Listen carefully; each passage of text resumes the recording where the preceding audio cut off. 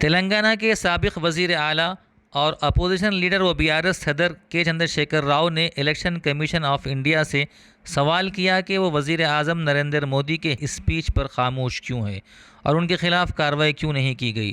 केसीआर ने election commission की जानिब से उन पर लगाई गई 48 घंटों की पाबंदी का हवाला देते हुए पूछा कि क्या इलेक्शन कमीशन सिर्फ मोदी के मुखालिफिन के ख़िलाफ़ ही कार्रवाई कर सकता है, मोदी के ख़िलाफ़ क्यों नहीं करता।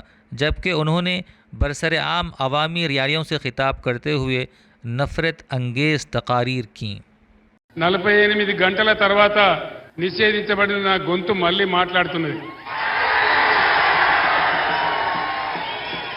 నేను ఏం చేసినాని నా గొంతు నాపినారు.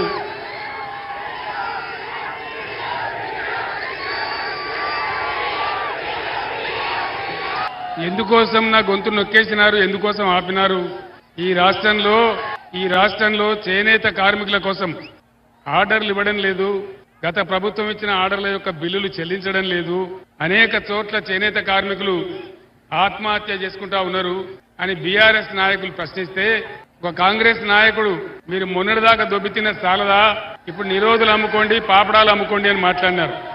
మీకు చేనేత కార్మికులంటే ఇంత అల్క కనబడుతున్నారా అని చెప్పి కోపంలో నేను ఒక మాట వాళ్ళనన్నా. ఇది ధర్మమా ఇట్లా మాట్లాడొచ్చునా? ప్రభుత్వంలో ఉన్న పెద్దలు మాకు బతుకు కావాలి, మాకు అన్నం కావాలి అని పేదలు అడిగితే వాళ్ళు చేసిన పని 370 కోట్ల రూపాయల బిల్లులు పెండింగ్ ఉన్నాయని అడిగితే దాన్ని ఇవ్వమని అడిగితే మీరు నిరోధులు అమ్ముకోండి, పాపడాలు అమ్ముకోండి అని అంటే నా కోపం వచ్చి నేను ఒక మాట అన్నా. ఈరోజు కేసీఆర్ బస్ యాత్ర ప్రారంభమైన తర్వాత కాంగ్రెస్ కు బీజేపీకి గుండెలు వణుకుతా ఉన్నాయి. ఇద్దరు కుమ్మక్కైపోయి వీడిని ఎట్లన్నా ఆగబట్టాలి, ఎట్లన్నా వీడిని నిలువరించాలి అనేటువంటి కుట్రగట్టి ఈ నా మీద బ్యాన్ పెట్టినారు. ఆ విషయం మీకు అర్థమైపోయింది, మీ అందరికీ కూడా తెలుసు.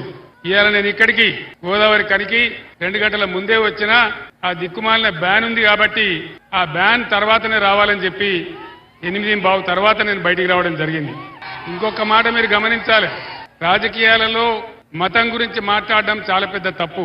ఎన్నికల నిబంధనలకు విరుద్ధం.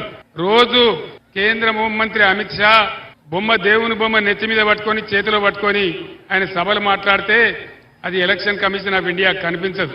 డైరెక్ట్ గానే హిందువులు ముస్లింలని అడ్డగోలుగా మతాన్ని అడ్డం పెట్టుకొని స్వయంగా దేశ ప్రధానమంత్రి మాట్లాడినా ఎలక్షన్ కమిషన్ ఆఫ్ ఇండియాకి అది కనిపించదు. ఇక ఈ రాష్ట్ర ముఖ్యమంత్రి ప్రజలకు నువ్వు ఇచ్చిన వాగ్దానాలు ఏం చేసినావని మేము ప్రశ్నిస్తే ఆయన ఏం మాట్లాడతాడు, నీ గుడ్లు వీకి గోళీలు ఆడుకుంటాం, నీ పేగులు తీసి మెడలేసుకుంటాం, నిన్ను పండబెట్టి తొక్కుతాం అని మాట్లాడితే అది చాలా సభ్యంగా ఉంది. కానీ చేనేత కార్మికులకు ఒక అన్యాయం జరుగుతున్నదని మాట్లాడితే చాలా ఈ విధంగా అన్యాయంగా చేసినారు. సరే, ప్రజలు నిర్ణయిస్తారు. ఈ ఎన్నికలలో ప్రజలే ఎప్పుడు కూడా నిర్ణేతలు కాబట్టి మనకు ఎలాంటి ఇబ్బంది లేదు.